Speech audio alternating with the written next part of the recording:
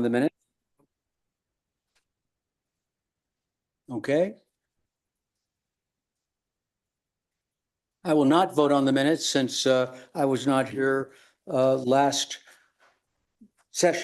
meeting, but has everybody had a chance to review? I wasn't here last month either, so I don't know if you have enough people to approve the minutes. Well, we have a quorum. I think John can vote via Zoom, right? John, if you don't have a quorum.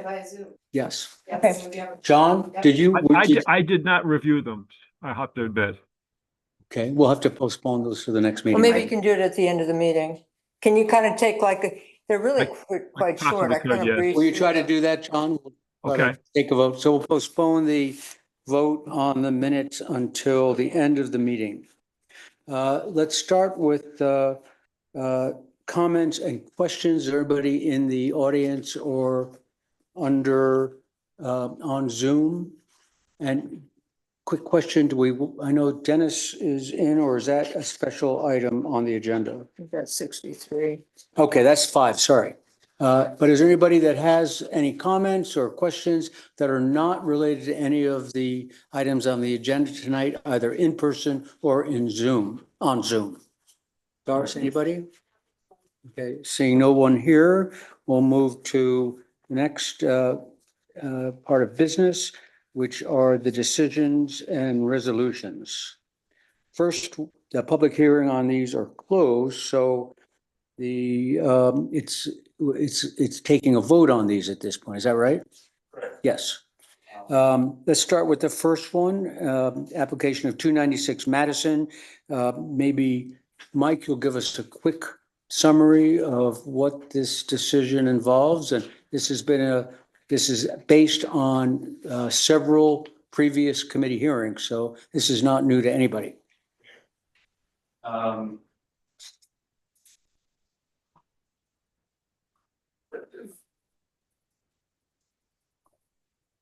This is 296 Madison Street. They're proposing an addition to the. They're proposing an addition to the wetland side of their home, and a number of other smaller additions, and a swimming pool, and all of the proposed structures, save for the pool fence, are 75 feet away from wetlands. The project includes an IA system upgrade, and it includes a non-disturbing fertilization buffer with a variable width, but with an average width of 50 feet. So the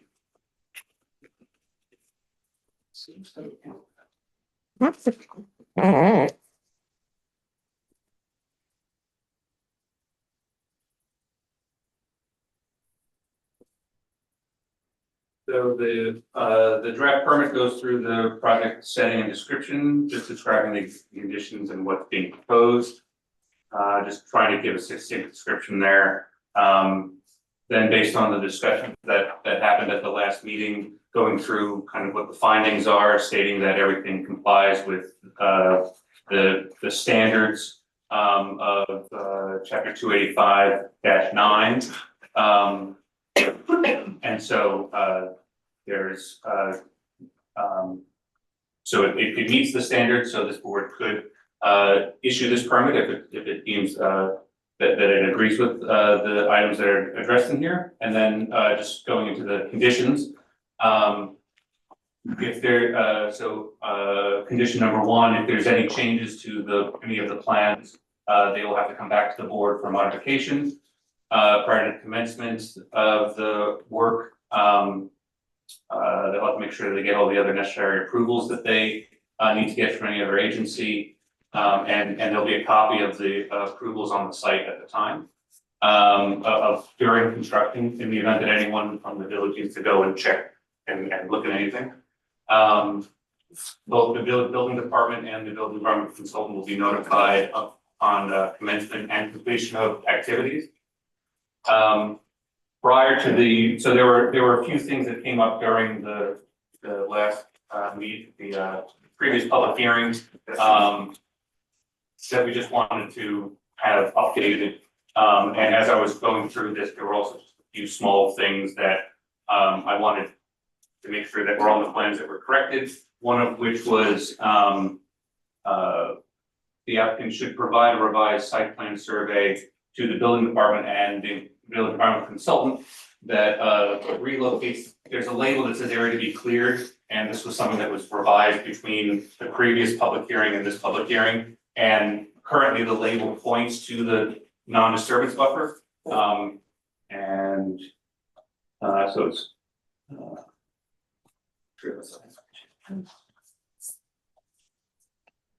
but it's right here, and I'm just saying that prior to the building permit actually being issued, that these small changes should just be updated, and then we should just be provided with an updated survey. But this board can still approve it subject to these conditions.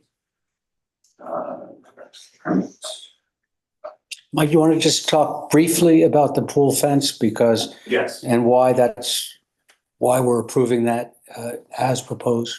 sure. So the buffer is a variable width 50-foot wide buffer. And it is proposed at a straight line. And the idea behind that is that it would allow for easier maintenance of the lawn and any landscaping on the landward side of the fence.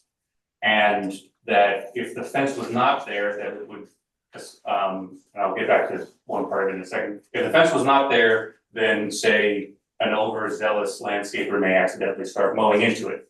This is especially important in this instance because the intent of this buffer is actually to let it regrow naturally. And so if there's not any type of visual identification as to where the buffer actually ends, then that would likely, or we're not going to say that they would just do it, but there's a chance that it would slowly get mowed over time, and that the whole idea about having the revegetation grow back naturally may not happen as well as we would want it to happen. Okay, great. So its average setback is 50 feet away, and so in this case, it actually acts as a mitigation measure, and to protect the buffer. And also, when you look at the size of the property and the amount of area that there is that's wetland and buffer, there's plenty of space for habitat corridors to exist, and still plenty of room for the buffer to act to provide its environmental benefit, such as filtering runoff and the like. This isn't going to be a case in every instance, but especially in this case where there is a buffer where it's going to grow back naturally, having that visual cue is important. So there's something specific about this particular fence that doesn't necessarily create a precedent for all other pool fences, is that right? Right. Good, okay. I think that's good, right? I mean, do you have anything else to add here? I do just want to touch on the condition about the natural regrowth of the buffer, because it is just a little bit unique, I think. So what we've written into this, legally, we included the condition that you had asked for to change out the 3 hydrangea that are less than 50 feet away, to ask them to add native plants in that case. Thank you. You're welcome. And for the buffer, we indicate that, so as depicted on the plan and the proposed revegetation plan, the non-disturbance monopolization buffer will be maintained, that's currently being maintained as long as we left to regrow naturally. In the future, they will not be able to mow, cut any vegetation, fertilize it, or any disturbance of any kind other than providing the 4-foot wide path that is shown on the plan. Modification of this provision of this condition will require future harbor committee approval. After 1 year or after or prior to the issuance of the certificate of occupancy, they will have to come back to us with a report with dated photographs that identify what the status of the regrowth is. And so that you guys can see how it's gone, and then say, yeah, this was good enough. And this is something the building department will be made aware of and will be able to track in their files, so it doesn't happen Yes, and- inadvertently. Yeah, and just to give you guys a quick update on other items, we've been in touch with Tim and the building department in general on a number of applications that are in the process of being closed out. And he is getting in touch with us. We're going and looking at them. We're making sure that the plans match what is actually there. So there's a lot of that. That's great. Yeah. So. Oh, and then, one other thing that, as I was reviewing, the, Village Code Chapter 244 about swimming pools, there's a specific item that says that, that a applicant either needs to provide a cartridge filter or pool backwash, drywall, and that the harbor committee can waive the requirement to only have a cartridge filter. So I just added it as a condition that because they're providing the pool backwash, that they don't have to be stuck with one type of pool filter requirement. Otherwise, the rest of the conditions, including project limiting fencing and filing permit and all those conditions are fairly standard for what the board has done in the past. So otherwise, this permit would be ready for the board to vote on and approve if they agree to do that. Great. Liz, do you have anything to add? It's great. All right. I was not here at the last meeting, but I have been present for several of the hearings on this property. I've reviewed the file. I visited the property and I'm also prepared to vote. So do I hear a motion to approve? I'll make a motion to approve. Do I have a second? Sure. I wasn't here last week either, but like you, I feel like I know this application. Okay. We have a second. Mayor. I seconded. Okay. All in favor? I, Aye. Excellent.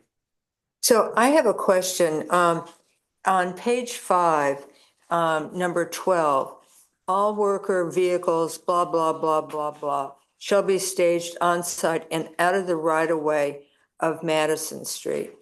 And this has become a big issue with construction in the village where trucks come and they park on the sidewalk and there's no place to walk. It seems like this would help make the case for code enforcement that these people should be ticketed. Is that you're reading the right of way would include the sidewalk? It's not a ticket. It wouldn't be a ticket. What would it be? It'd be a violation of a condition of your permit. Okay, That's what this is. but that's good enough. I mean, it's something, it's a little bit of a reinforcement of the idea that these construction vehicles should not be parked on the right of way. could I ask, On both sides of the question? street and. Yeah, yeah. could I ask a question on that? Because I think that's a very good point that you've brought up. What are the ramifications of the violation of your permit? That's- If you're not satisfied, you have to satisfy all the conditions of the permit or it's null and void. So essentially, I think that's why it would give the village the ability to say, move your vehicles, or we can Stop issue work. a stop work order because you're not in compliance with your wetland permit. Right. Is this for Okay. all permits or just wetland permits? That was my next question. Pardon me? I've only seen it on this. And then it's also on one of the other permits that we. Yeah, I mean, this happens to be a large lot. We're keeping all construction activity on site. Fairly practical to request or to require. But in some of these smaller lots that, you know, are a quarter of an acre or less, it becomes more challenging for sure. It has to be a feasible condition. You can't Yes. just put in Well, conditions that can't be complied. the poster child for this was the house that was just south of that irregular intersection of Germain and Madison, where there were trucks parked always on the sidewalk. Just, it was such an issue. Well, I You can think could- of 3 on Glover alone that have constantly, I don't know if it's in their Yeah. permits, but Oh, they for the just live last 2 there. years, it's impossible. It's Yeah. Glover's a 1-lane road. It was Were bad. those new houses, or were those additions? One's a new on a never built site. 2 is new.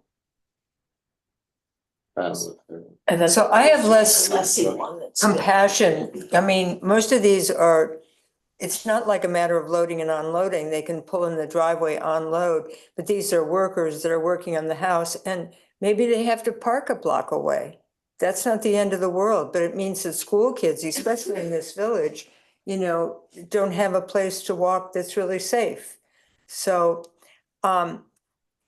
Liz, I think it might be something that we might want to take on where this is put into all of our permits. What do you think of that idea? So the two I think options that's that I would great. think, would be that if it is a site that is very tight, I know that we would ask the applicant for like a construction protocol, or like, how are you going to do this? Right, How are you going to bring contractors in? Are you going to bring, like, all park at your company base, for lack of a better term, and then bring them in. bring them in? Or where is contractor parking gonna happen? And so that's gonna be part of the discussion. And then instead of having this specific condition, you could say that you must follow the construction protocol that you have provided to the village. In this case, because, and also, I believe in the case of 43, Yeah, Flying Point Road or whatever it is. Bluff Point Road. 43 Bluff Point Road. Because the work includes additions to homes, and they're not full renovations, that these conditions should be able to be manageable. Yeah, And if for some reason they find that it's not, then they'll have to come back to the board and ask for a modification Yeah. and Yes. explain why. yes, Okay, please. that's another question which we'll get to in a minute.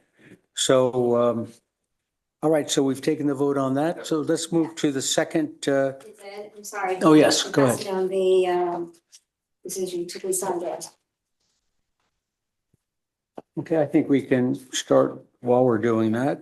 The second is the application of the Village of Sag Harbor for West Water Street, otherwise known as ADOT. Yeah, Mary.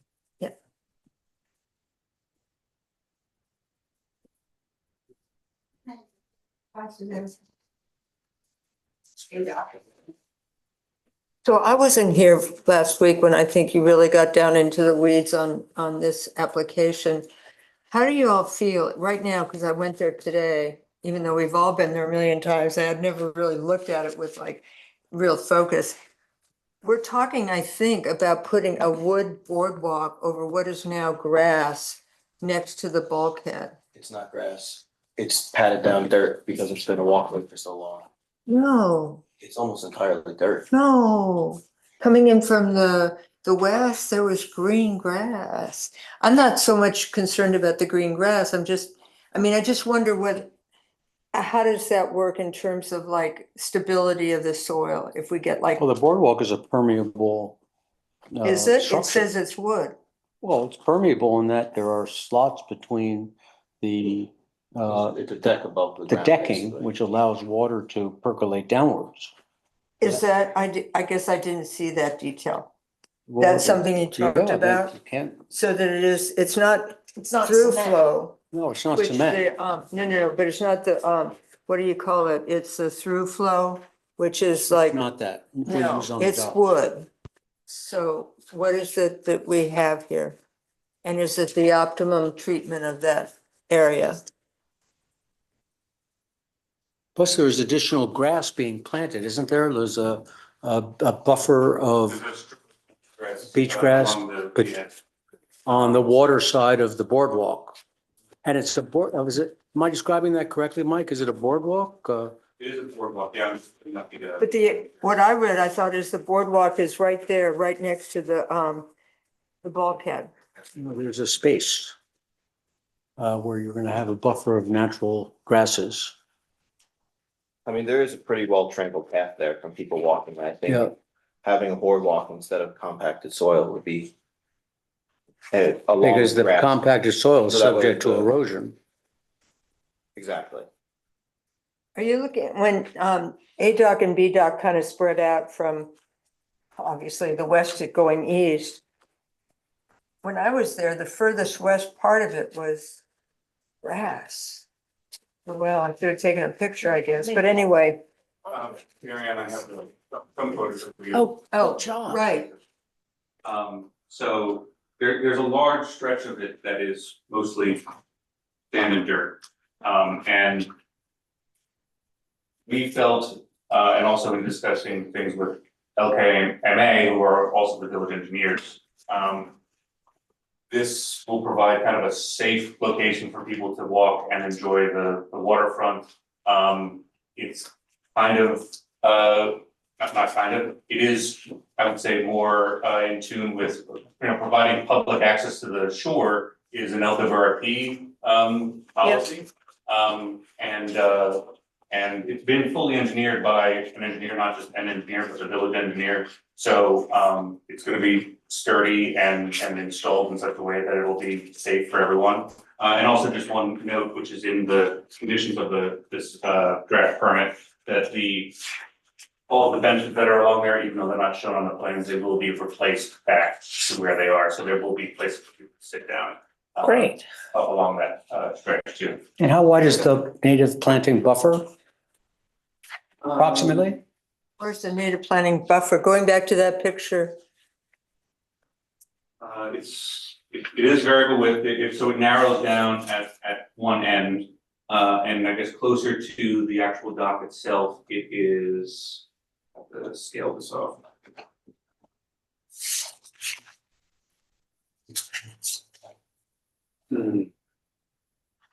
But it's not, I don't know that it's permeable. I don't think it's slide permeable, and I don't know if it's water permeable. Let's see. Timber It's a boardwalk. timber boardwalk. But It's timber, so it's not through flow. The plantings will be 2 feet max, and they're on, it's between the, and then there's grass restoration, so there is gonna be an area. So there's the walkway, and then, in certain places, there'll be up to 2 feet of beach grass, and then there's, and then the grass will be restored, after that. Even decking. Well, it could be that there was maybe a better design for the boardwalk. I don't know, but I think it's pretty good. It's tropical hardwood, so it's gonna resist, it's not, none of the material, all of the materials for the existing dock are, this is just talking about the dock, and we'll talk, but the existing dock are treated wood, and all of the proposed materials are untreated. So tropical hardwood or something else that's gonna resist, rotting. I just wonder, we're not being very consistent, I guess. And maybe I should just like let this go and say, fine, whatever, and you've all been down the path. But we would never let this happen on a private property, putting in a solid wood pathway But the to. public waterfront I think is different. It is through flow decking. Well, that's the catwalk. Do you see somewhere where it's flow-through decking for the boardwalk? I might be confused. Could you You're right. explain? Yeah.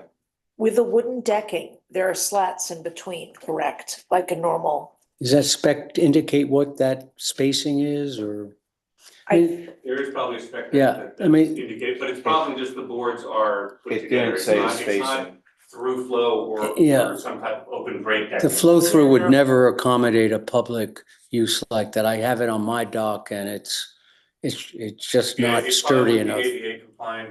So Yeah, there's other things that a public Walkway. would need to take into account. Right. Oh, And for and ADA, it's yeah. similar to if you go to a state park or if you go to a national park, they will have these walkways that go through wetlands that are made of untreated wood and the like. Yeah, through flow is Um, not traffic rated like Yeah. that. all right. So What's not traffic rated? Through flow.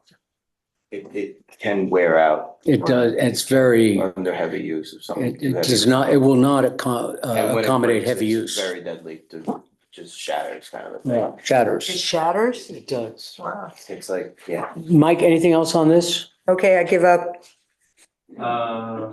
So the permit has similar conditions to what we had added to, in addition to the conditions that I've already noted regarding the there's gonna be the strip of grass. All of the materials are gonna be untreated materials. The benches are gonna be put back afterwards.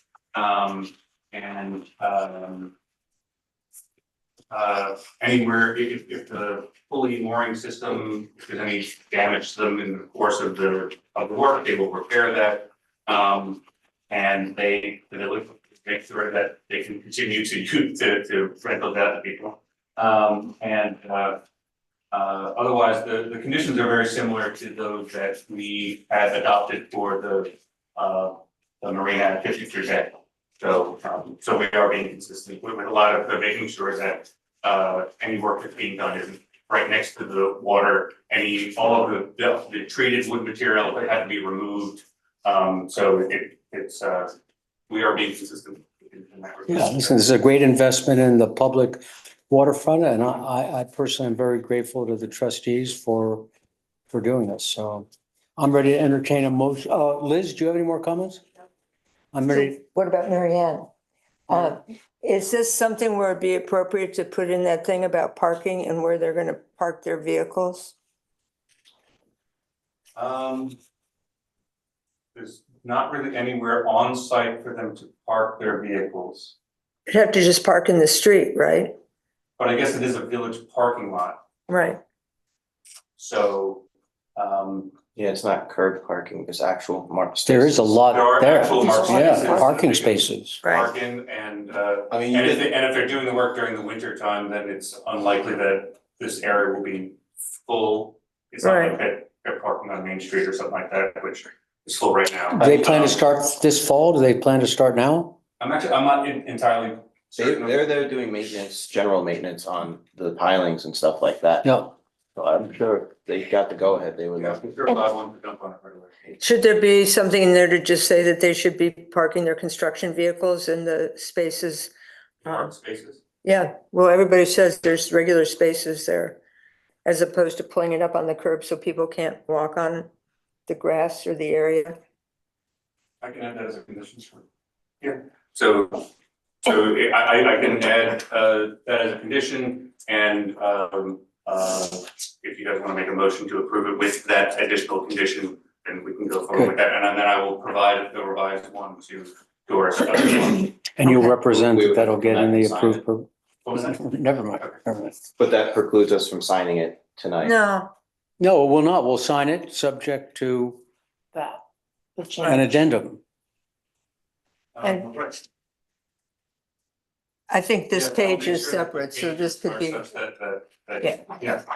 yeah. We've placed the signature page such that I can edit the conditions and it will be all the same. Nice. You can just use that page for the rest of the applications going forward. Exactly. All right. Anybody else? Good. Do I hear a motion to approve? I make a motion to approve as Second. discussed. All in favor? Aye. I, Great. Moving, I'm sorry, I don't mean Go to ahead. interrupt, but I do think when I was thinking about your walkway, and it's a really great comment, the walkway that they replaced on Long Wharf doesn't puddle. And I think there's enough space that it, I've never seen it puddled. and I would make the note that one of the main reasons for through flow is it can allow something to grow underneath. I think it'd look It's not- bumpy and dirty. Agreed. And look absolutely. just But- like an but on Long eyesore. Wharf, it's impossible for something to grow underneath. It's there. Correct. So basically, Fair, whatever. fair enough. okay, the third Yvette, permit or decision we'll make tonight is number 3, the application of the estate of Sandra Slip for 43 Bluff Point Road. Again, I was not here last month, but I did review the file and I did visit the property. So I do feel that I am prepared to vote on this once we hear from Mike and Liz. so Mike? I wasn't here last week. I did visit the property. I would prefer not to vote. Well, you don't have to. Good, thank you, sir. Mike, would you like to give a short summary of the Of course. the permit? Thank you.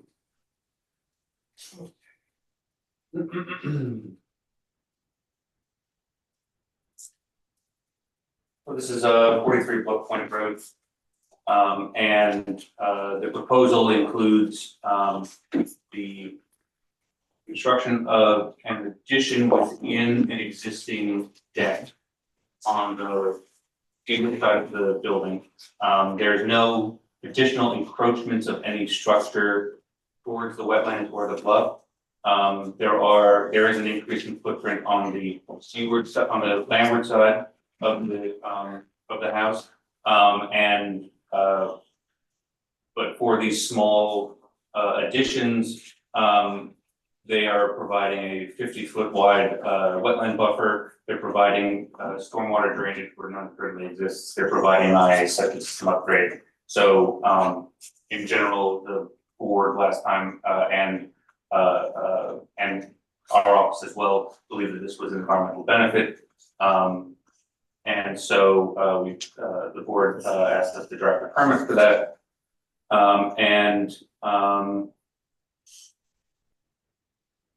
The applicant provided updated plans that addressed some of the items that were discussed during the hearing, including updating the planting plan and providing an updated survey. So we don't need to, there's no notes in the conditions about updating plans. All the plans that are listed here have been updated properly. And we list what the approved plans will be. And I'm just confirming whether there's anything new or different. They have to file a covenant over the buffer and and then they have to follow the landscape buffer restoration plan for the planting plan within the buffer, which is also standard. And if any changes happen, then they'll have to come back to the board. So other than that, it's fairly straightforward. The AI system is more than 100 feet from the wetlands line, 115, right? Yeah, yes. And on the land side of the house, as far away as it can be. I'm assuming right now there's an old septic system which is on the water side of the house. I think actually in this case, the existing septic system is, Well, doesn't matter, it but doesn't matter. There is an existing one, I believe it consists of only a cesspool, so this is a great match. great. All right, any further, Liz, any comments from you? No. Anybody from the committee have any further comments? Marianne is going to abstain, is that the correct Abstain, correct. term? Abstain. Abstain, all right, do But I I hear? would just, on the terms of the permit, I would just, repeat the same thing, that we have that language in there that they need to park their construction vehicles on the street in a way that For doesn't. some reason, I remember in all of our other permits, there's this construction methodology section that used to be a standard part of our permits that basically required, I think at some points unrealistically, that all construction vehicles, for example, had to be parked on site, like on the property itself. And I don't Double check that. know when we dropped that or when that stopped. Certain projects, if you make that unrealistic. It is If it is unrealistic. unrealistic. Be a feasible condition, yeah. Right. Well, it doesn't so- have to be, But if you automatically include it in everything and then choose to ignore. It is certain unrealistic.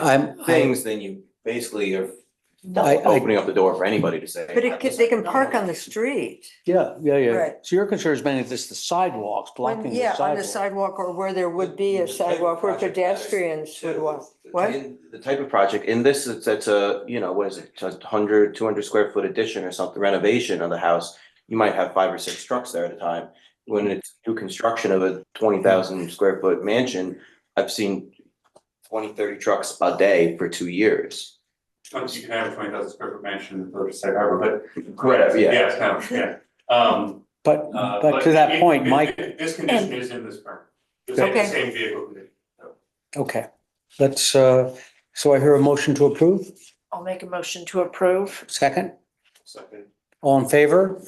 I, There we go. We'll have 4 ayes and 1 Abstention. Mhm.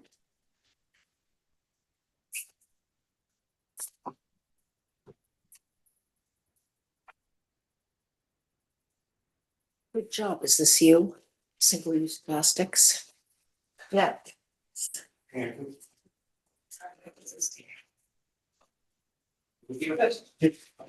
not the official one, but there's something we have.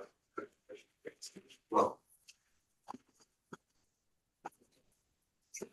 So the next thing is, the village, is proposing a local law,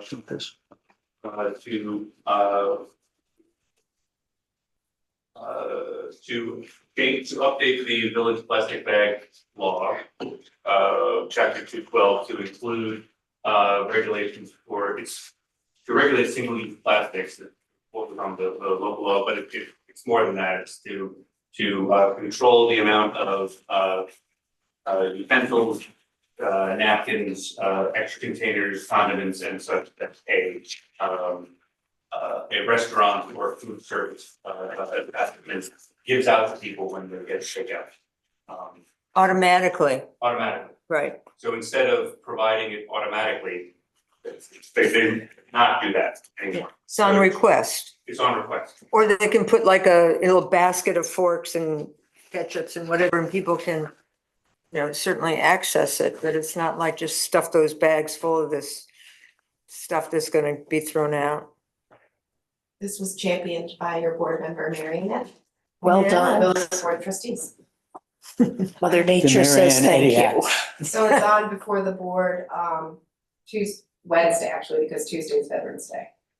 And Mike prepared a report, essentially, allowing you to adopt a short environmental assessment form, part 3, determining that there'll be no significant adverse environmental impacts, and also going through the LWRP coastal consistency form and finding that the proposed local law is consistent with the village LWRP based on his findings in that report. There are very specific policies within the LWRP that say that the village should do what it can to reduce solid waste, which includes garbage. Fantastic. So Great. So you need a motion to adopt the short form environmental assessment form and make a determination of significance, which is a negative declaration, and then also to resolve that the proposed law is consistent with the LWRP. Do I hear a motion? I Can you go? move. I'll second. All in favor? Aye. Aye. Fantastic. Good, thank you. The next item on the agenda is a discussion item, and we have only just received the file on this application, but we do have the attorney representing the applicant, the Honorable Dennis Downs, and he is going to give us a 10-minute presentation on the application, including questions from the committee. Now, remember that this is coming in as a courtesy to us. It's preliminary based on our being able to now go back and review the files, and we'll have it on the agenda for the next meeting. Is that correct? Correct. Good. it also has provided a memo with our comments about it, and I've also provided a copy of it to Dennis so that he has some things that he may need to do. Right. He's here, he wanted to come in, I spoke to Dennis about this, been kind of going back and forth for a while, and he wanted to come in and just give you guys an overview before the public hearing. And just for the board's acknowledgement as well, also on the Zoom call is Frederick Richards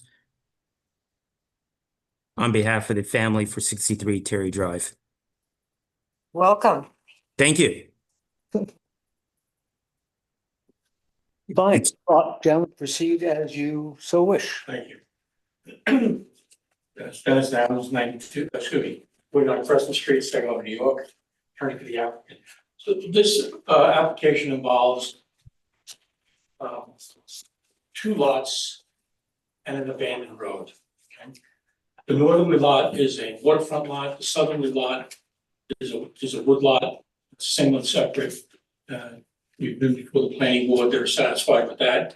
They've approved all the work that we've done up to this date.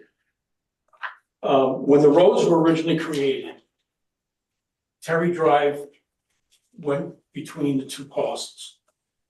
And it was actually used by the Richards family as their driveway to their residence. It's not used by the public, so we abandoned the road several years ago. And then that started the process of us developing the property. Right, but this, just quick question, this was not a village road, right? This was a No, it's not a community, village road. it was a It was a- community It was a road, community road. It was owned by the association. right? But the association never did anything to improve this piece, Right, nor did, when the village took over and paved the roads, they did not improve the piece in front of, Right. that we're talking about. So what we did was we abandoned the road, and then this, normally when you do an abandonment, the north half goes to the owner of the north side, the south half goes to the owner of the south side. Okay? In this case, since the Richards family also owned a lot to the south, they merged the southerly half of Terry Drive that's been abandoned with the northerly half with the waterfront. Create a larger waterfront lot so they can move the house back further from the water. Right now, we're like 30 feet from the bluff with the existing house, and it's been there since the early 40s. One of the first houses that were built in Azure Rest. The Richards family was actually part of the original development. It was a woman by the name of Elsie Gale. And somehow or other she was related, or there was some relationship between her and Mr. Richards' ancestors, and they all formed Azure Rest sections 1 and 2. Is that why there's Richards Drive? Oh, you got Richards. Yes, Drive. and that's why there's a Terry Drive, which is named Terry after Drive. my Terry's great aunt. still alive. Terry is Fred's uncle, Wow. and his family uses part of the house, and Fred the third now, because it was Fred's father, Major Richards, that was Terry's brother. They use the other side of the house. And a real strange thing turns out that Fred's grandmother lived in Hempstead at a time when I was 12 years old delivering newspapers, and she was one of my customers. What a coincidence, unbelievable. So anyway, what we're doing is we've created this larger lot. They're gonna remove the, we have permission from the ARB to remove the existing house because it's all rotted. It was built on the ground as opposed to having the foundation. So after all these years, it's finally had its course. So we're gonna put up a different house and with a swimming pool, and that's mainly because of me, because I've told Fred, don't let your kids swim in that water anymore. We've got too many problems at Hayden's Beach. And you're right next door. So anyway, that's why the reason for the pool. And we did a saltwater pool with cartridge filters, et cetera, you know, we're following the code. And that's pretty much the whole story. Interesting history, huh? Yeah, Thank you. Yes, we've been in the community since 1947. yeah, the subdivision was 1946, so they were right in there. Fred's, I think his great aunt is the one that designed the house and they built it. all right. And it's Well, been a family home all this time, and I think it's like the 4th or 5th generation now. all right, well, I appreciate it very much. As far as I'm concerned, there's really nothing for us to discuss right now. Correct. But we will go through both the materials as well as the inner science report and look forward to having you for a full discussion on the next agenda. Thank you. And I, Great, thank you. Report, I'd have no problem with the recommendation that Mike has made. Okay. We'll follow through on that. All right. Thank you. Thank you. Thank Thank you very you. much, Az. And you, Thank sir, you. as well. Thank you. Thank you. Bye-bye. Thank See you in December. Okay. Before we adjourn, I would like to make one request, which is to ask our committee members here to give me the approval to draft along with Mary Ann a letter in support of the Sag Harbor Water Quality Initiative that Mary Ann has been so passionately involved in, and I will sign the letter on behalf of the committee. Is everybody okay with that? Yes, Good. I mean, I agree, yes. Okay. I Yes. can't see any Yes, you negative side agree. to that, but just in my interest, is this to push for a specific law, to push for? No, it's, Who's receiving the letter? so the Southampton Town Board because before Tommy John Schiavone was there and he would just somehow make it happen. And we all know that Tommy John now is like part of the New York Assembly, so there's not so when I tried to like figure out how to get this going now, I went to Mikey Aselli and Bill Pell, and they got Christine Fenlon involved, who's like the CPF person. And she said, yeah, well, I think, have some letters of support and we will get you in front of the town board. And I'm like, okay, so that's what I'm doing. So, It was so much easier when and I'll Tommy make sure John that was here. everybody on the committee gets a copy of the letter once it's Yeah. done. I think it's a And- great idea. Thank All right. you. Anything Okay. else from our committee members discuss before we adjourn? John, do you have anything? Yeah, I do have one brief, a question. At the last meeting, This is on the minutes? and no, this is not on the minutes, and I still haven't looked at them, so I'm hoping you put that off till the next meeting. Okay. But at the last meeting, I believe it was in regards to discussing Bluff Point Road. And there was and anyway, there was a neighbor who spoke in regards to it. And it was pointed out to us by our consultant that there was supposed to be a buffer on the neighbor's property, which wasn't there. And so there was a brief discussion about enforcing buffers.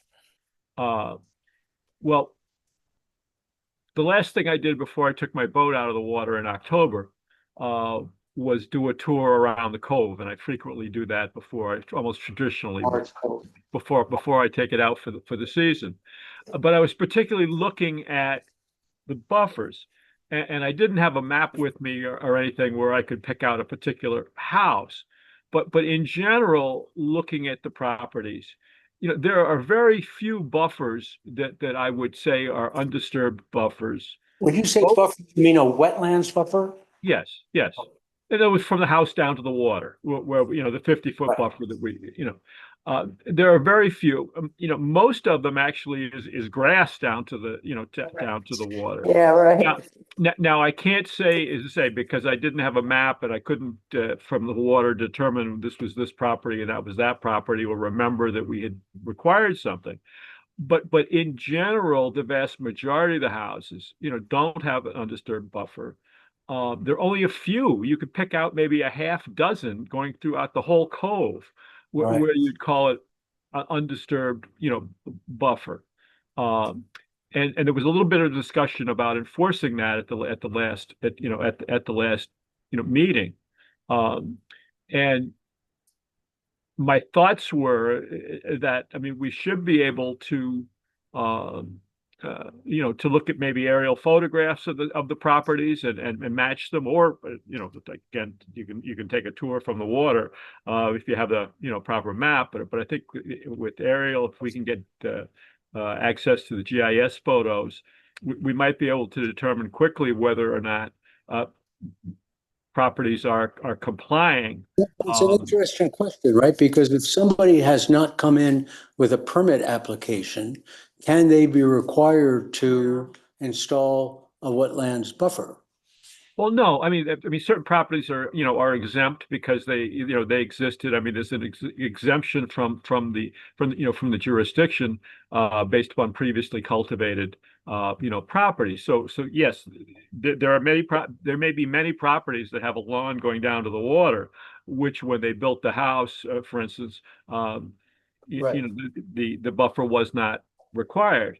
But I'm just saying that I think that it would make some sense to look at an overall view of Make a list of everybody who is. a list just to see, do we really have an enforcement, problem? Again, this was pointed out because the property next to the one that was applying, was supposed to have a buffer and didn't. There was an area that was pointed out that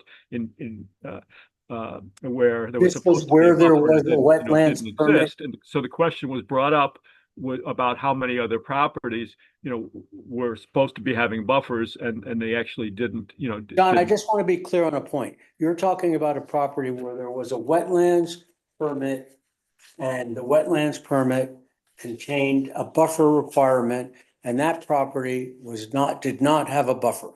Is that what Correct. you're That's saying? that's what our consultant pointed out to us Okay. at the meeting. So, But the question came up as to how many others are like that, where there was a buffer required. You know, and in terms of discussing even, you know, even properties today, you know, there was this issue brought up about, well, you have the maintenance people and they're mowing, and are they mowing down the buffer if you had a natural buffer, which was mainly grass and this kind of thing, and the buffer eventually disappears. So anyway, just a thought of, you know, should we be looking overall at what the level is of compliance? And I'm not trying to be picky about this, because I think that I think we're not always realistic in terms of the requirements about buffers, but there's a big difference between, you know, the height or the width and having nothing at all. And I think it makes sense to, you know, to look at just do some kind of survey as to, okay, is this property under our jurisdiction? Did it have a permit? You know, does it have a buffer? Just, you know, just look at the ones that are supposed to have buffers and see, is it all lawn, or is it at least some kind of buffer there? Especially if the information that we're talking about is easily available through some sort of aerial or satellite imagery. And I think it might very well be. So I think that's something we can talk about. And we've talked about here as a group, I don't want to extend the meeting any longer, but we've talked about having a work session where some of these things can be discussed. Correct. And including perhaps leading to recommendations of the trustees in terms of, you know, what our thinking is on this. And I think John, I think that's a great idea. So let's keep that in mind, all right? Yeah, I just wanted to follow up from what was Very mentioned good. at the No, last I think meeting. it's great. well, I think one thing that's going to help is what Mike alluded to, is that now before a property can get a certificate of occupancy, they have to be checked off as complying with the wetlands permit. And that was never true before. Well, it was ostensibly true. It just the level of consistency and enforcement was not necessarily clear, but I think it's much better now. What did you say? Yes. Yes. But I think John is talking about something a little bit different. He's talking about a follow-up that could be 2 or 3 or 4 years after the permit. So after a Fair enough. C of O Well, was the property granted. he's talking about is a 10-year-old permit. Right. So Well, as I say, it's interesting. if you take the boat ride around, just to look at, you know, knowing how many of these we've done, you know, over the 10 years or so that I've been on the committee, you know, there are comparatively very few properties that look like they have the kind of buffer that we approved. Well, I'd be very curious about that. Let's schedule a discussion or a work session. Well, I And- think one thing that's like, you know, a little building block on this is, do we have a complete list of all the wetlands permits that have been issued by the Village of Sag Harbor? Do we have a list of those addresses? I bet we don't. No. I mean, we'd have to go I back. know that Doris and I have been going through and just trying to figure out what open things that there may be, as part of us working towards making sure that, like, checking to see whether there's people that owe stuff to the village that have open applications and stuff like that, Exactly. so that But we don't have we a, know Have there's the not- covenant's been recorded before issuing a CO. Right, That's a big deal. exactly right. Is it possible to ever do a ride along for some of the checking on the buffer zones with Inner It's Science? really an aerial. You don't need to ride along, Right. like. Do you You need just see checking it. to see To the check to if see. the plantings match the, Correct. I don't think so. No, But that's, you- that's first- up to them. You need like a The way list the of all the permits are properties. written, it says that it's left up to the environmental consultant. Yeah. oh, Mike, I wonder if you could, The problem is, if we do that, the three of us, correct me if I'm wrong, there's three of us We can't have a together, quorum. it's a quorum and we have to, Oh, yeah. that's a public meeting right there. Right. So like, What we we go did use the with property, we have to 296 do just it separately. now is that they have to come back to us for theirs so that the board can see what has been done, and at that point, the board can then go and check that. Right, But for any permits that have been issued prior to this, what the board has done I think over the last 3 or so years. 2-year, What was that? a 2-year follow-up. Right, but also that there's a specific condition that the village environmental consultant has to go to the site, look at the buffer. And so we've been seeing a few that have come in that don't have that specific condition. And TN has been asking us, the village building inspector has been asking us, do you guys have to go out? And I look at the permit, I'm like, not this one, but yes for this one. And so, and most recently, we just had we went back and forth on 37 Glover Street, where we looked at it, they hadn't done enough planting, so we asked them to do more planting. And then in the certificate of occupancy that was actually issued, I recommended to TIN to add a condition that says to follow, that the applicant needs to follow up and provide once every 3 years, or if the survival rate is between 85 and 100%, then it's satisfied. But it's a condition in the CO now to remind people that they have to do that reporting. And if they don't, is it like an alert on Tien's calendar to, hey, they didn't send me this by now? Probably not, because it's, the permit is done.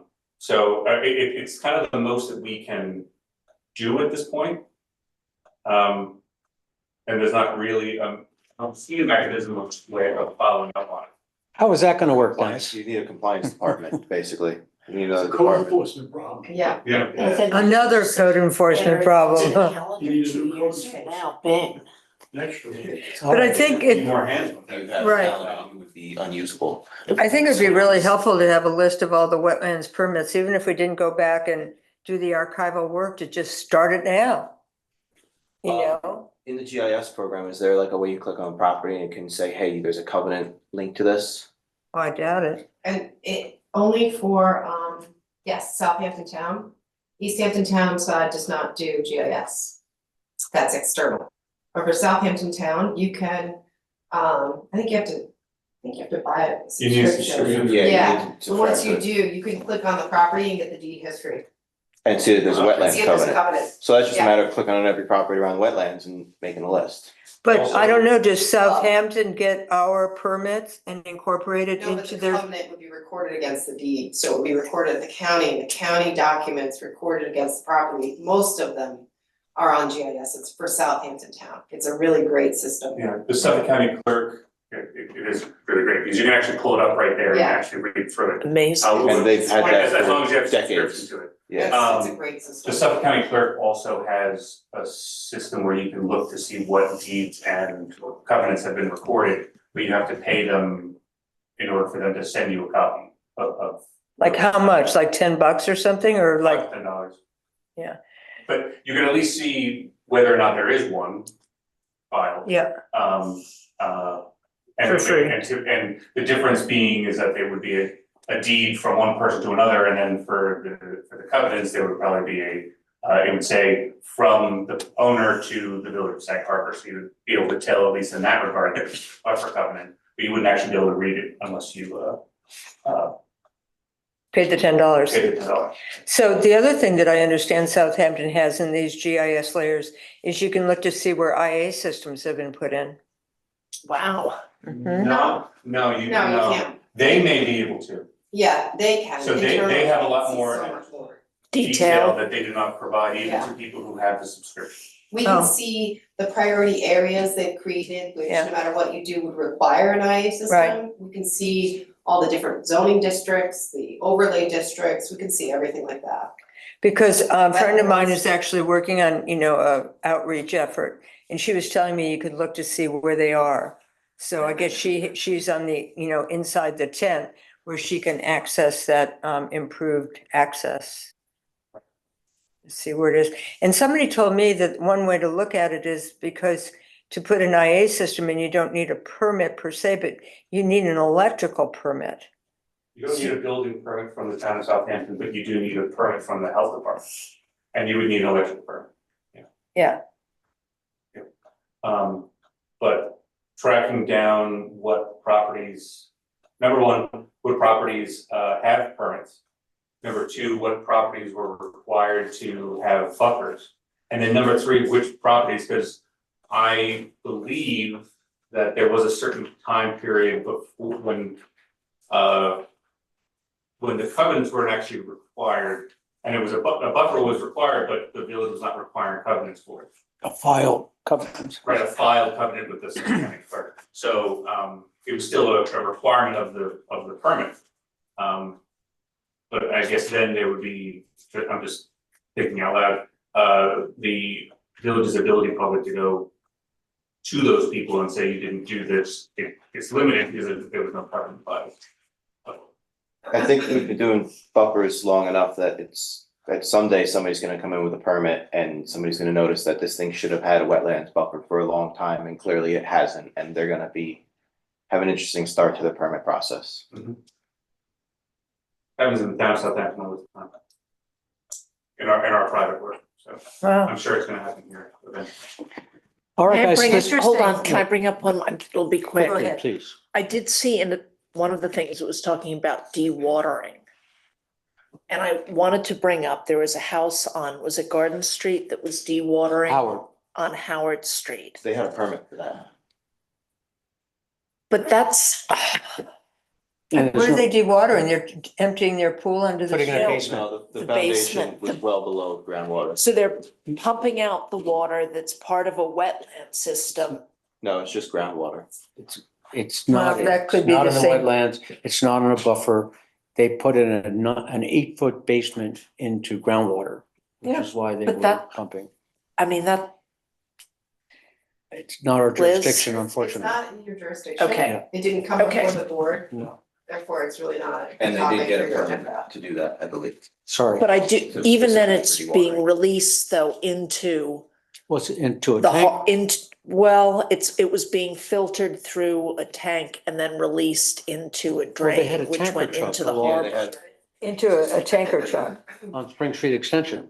It was Okay. parked there for a month. Okay. Oh, so they were carting water off because it is illegal. No, they had a truck, a tank that filtered the Was- water and then they. And then they into dumped the it drain. into the harbor, into the drain, which went into After the filter, harbor. it's probably cleaner Okay. then. Well, that Let's, doesn't sound quite very kosher. interesting. We're going to request a motion to adjourn. Second, Second, all in favor? aye. Thank you very much, everyone. Appreciate it. You? It was very interesting. Thank you, John. Thanks, John. Hope you're feeling better. Evidently pulled, injured his leg or something like that. I don't know. Yeah. He was gonna try to come down and then he Thought it didn't.